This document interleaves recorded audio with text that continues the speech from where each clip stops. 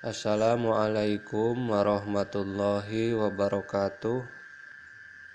Pembahasan kali ini yaitu bagaimana caranya meningkatkan kesejahteraan, keamanan, dan ketertiban di Nusantara. Mohon maaf, bukan berarti di channel ini saya mengaku-ngaku sebagai Satrio Piningit, akan tetapi berharap seiring sejalan dengan tujuan ataupun cita-cita Satrio Piningit.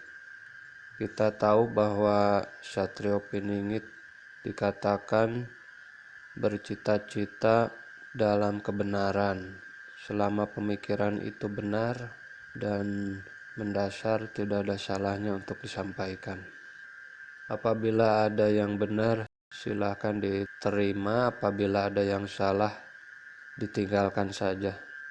Pada dasarnya dalam meningkatkan kesejahteraan, keamanan maupun ketertiban di sebuah negara itu semestinya digali dulu sampai ke akarnya.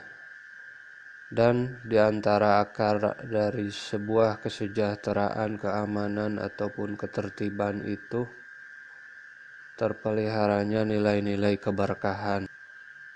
Nah, bagaimana cara memperoleh keberkahan tersebut? Tentu ini sangat luas pembahasannya. Kembali ke pembahasan yang pernah saya sampaikan di video-video sebelumnya, bahwa ketertiban sebuah negara itu tergantung kepada ketertiban masyarakatnya atau warga dari negara tersebut. Salah satunya terpeliharanya nilai-nilai keberkahan pada tiap pribadi warga negara tersebut. Maka secara otomatis keberkahan itu harus terpelihara di lingkup pribadi masing-masing. Salah satunya dan yang utama dalam memperoleh keberkahan ini adalah memelihara keharmonisan dengan orang tua.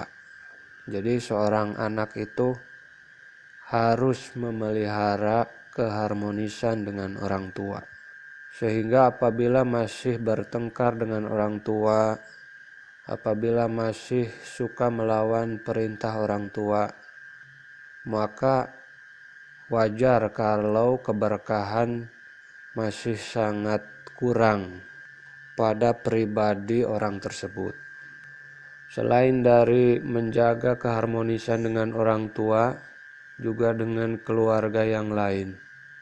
Jangan sampai ada perpecahan, jangan sampai ada pertengkaran.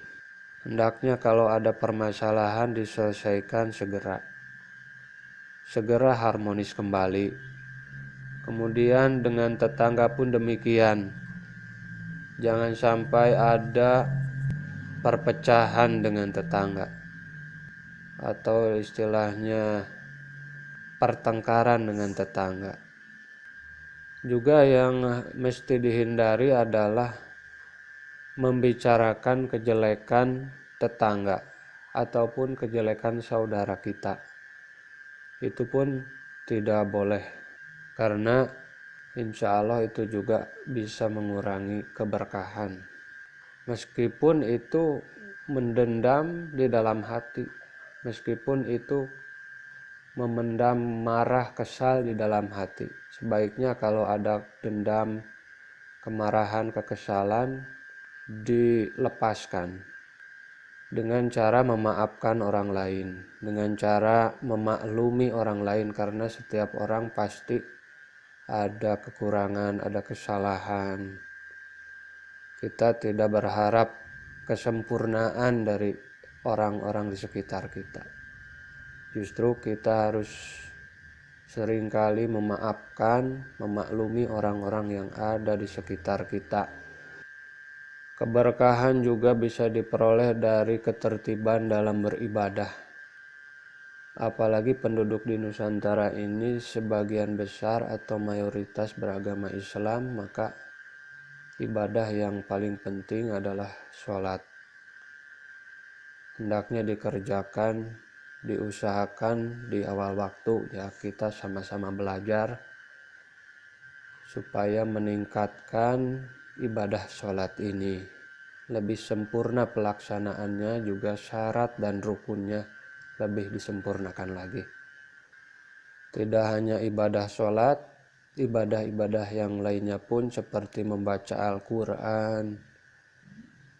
Apalagi membaca Al-Quran itu secara khusus bisa menerangi hati dan pikiran, juga sebagai penerang atau cahaya di alam barzah kelak. Mohon koreksinya kalau misalkan saya salah. Cuman yang saya dengar seperti demikian. Begitu pula kebaikan-kebaikan lainnya seperti sedekah, membantu orang, dan hindari selalu kejelekan-kejelekan. Kejelekan-kejelekan hati, kejelekan perilaku, ucapan, dan sebagainya. Karena kita hidup di bumi Nusantara. Kita tidak boleh menyakiti bumi Nusantara dengan mengotorinya. Bukan hanya kotor dengan cara membuang sampah sembarangan contohnya, akan tetapi kotor dalam arti kotor perilaku, kotor ucapan, kotor perasaan juga. Insya Allah semuanya kalau terjaga, kesucian terjaga, perilaku terjaga, ibadah terjaga, hubungan dengan orang tua pun terjaga, begitu pula hubungan dengan masyarakat, keluarga atau saudara. Insya Allah dengan terpeliharanya itu semua, maka keberkahan pun terpelihara dan bertambah. Semoga demikian. Amin ya Allah ya Rabbal Alamin.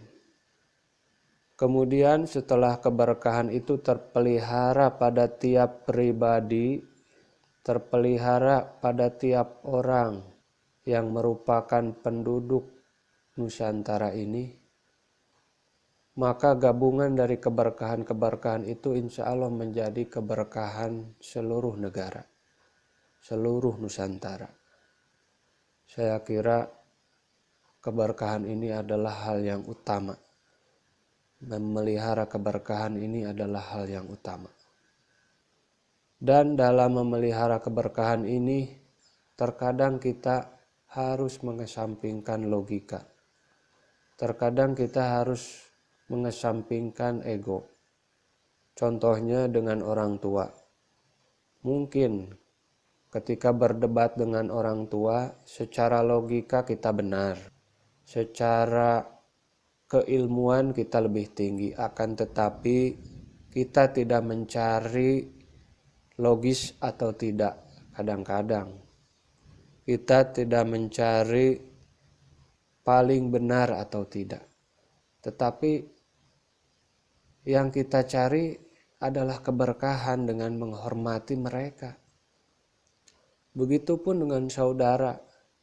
Janganlah kita sampai mengorbankan perasaan saudara kita hanya karena memperebutkan logika yang tidak seberapa. Hal ini bukan mengesampingkan pentingnya logika, bukan.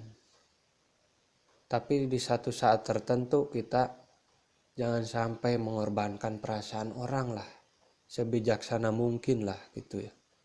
Kalaupun akan menerapkan logika yang kita percaya atau kebenaran yang kita percaya karena mungkin memang keilmuan kita lebih tinggi seumpamanya, maka ya sebijaksana mungkin jangan sampai mengorbankan perasaan orang lain lah.